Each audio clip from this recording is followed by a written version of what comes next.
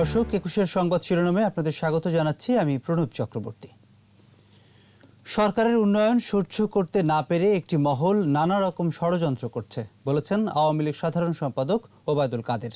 আওয়ামী লীগের শিক্ষা ও মানব সম্পদ বিষয়ক উপকমিটির কর্মশালায় ভিডিও কনফারেন্সে যুক্ত হয়ে তিনি তরুণদের সচেতন থাকার আহ্বান জানান। শেখ হাসিনা সরকারের উন্নয়নে একটি মতলবী মহল সহ্য করতে পারছে না। তারা নানান ষড়যন্ত্রের অংশ হিসাবে তরুণ যুবকদের একাংশকে ভুল শিক্ষা দিয়ে জনমানুষের প্রতিপক্ষ গড়ে তুলছে।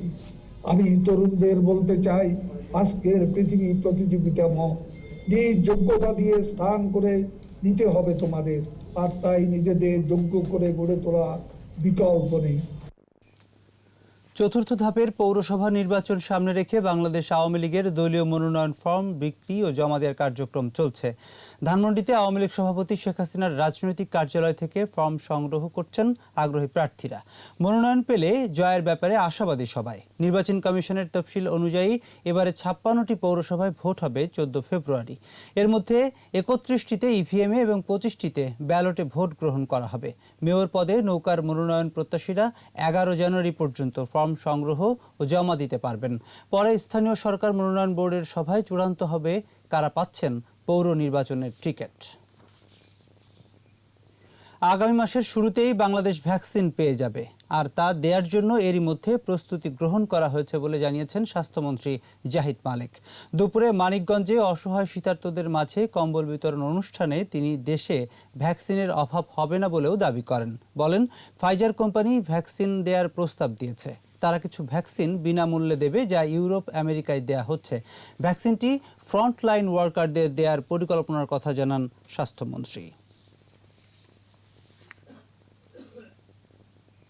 গত বছর সড়ক দুর্ঘটনায় 6,686 জন নিহত হয়েছে, আহত হয়েছেন 8,600। এ তথ্য জানিয়েছে যাত্রী কল্যাণ সমিতি। জাতীয় প্রেস ক্লাবের সংবাদ সম্মেলনে দুর্ঘটনার কারণ হিসেবে গাড়ির বেপরোয়া গতিসহ বেশ কয়েকটি কারণ চিহ্নিত করেছে যাত্রী কল্যাণ সমিতি।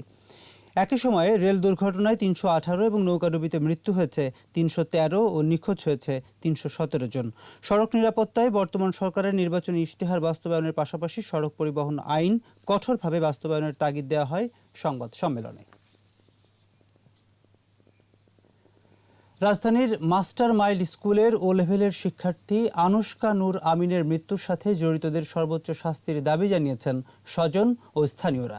সকালে কুষ্টিয়ায় মানববন্ধন ও বিক্ষোভ কর্মসূচি থেকে মামলার সুষ্ঠু তদন্ত এবং প্রধান অভিযুক্ত ইফতেখার দিহানের সহযোগীদের গ্রেপ্তারের দাবি জানানো হয়। এর আগে সকাল 7টায় আনুশকার গ্রামের বাড়ি কুষ্টিয়া সদরের গোপালপুরে জানাজা শেষে তার দাফন হয়। আন্তর্জাতিক। স্থায়ীভাবে মার্কিন প্রেসিডেন্ট ডোনাল্ড ট্রাম্পের অ্যাকাউন্ট বন্ধ করে দিল সামাজিক যোগাযোগ মাধ্যম টুইটার। কর্তৃপক্ষ বলছে, ফের সহিংসতার উস্কানি দেওয়ার ঝুঁকি থাকায় অ্যাকাউন্টটি স্থায়ীভাবে স্থগিত করা হয়েছে। আর ট্রাম্পের অভিশংসনের বিষয়ে সোমবার বৈঠকে বসছে মার্কিন সিনেট।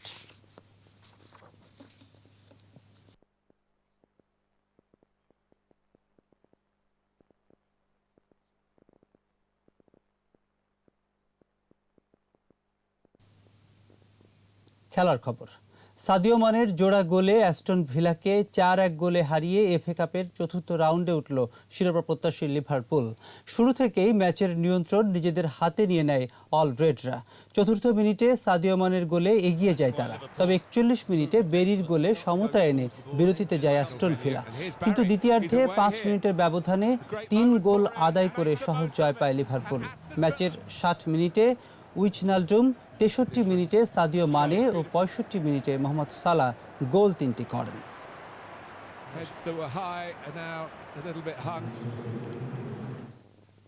দর্শক, এই ছিল আমাদের সংবাদ শিরোনাম। সন্ধ্যা 6টায় একুশের দেশের সংবাদ দেখার আমন্ত্রণ রইল। স্বাস্থ্যবিধি মেনে চলুন, সুস্থ থাকুন, একুশের সাথেই থাকুন।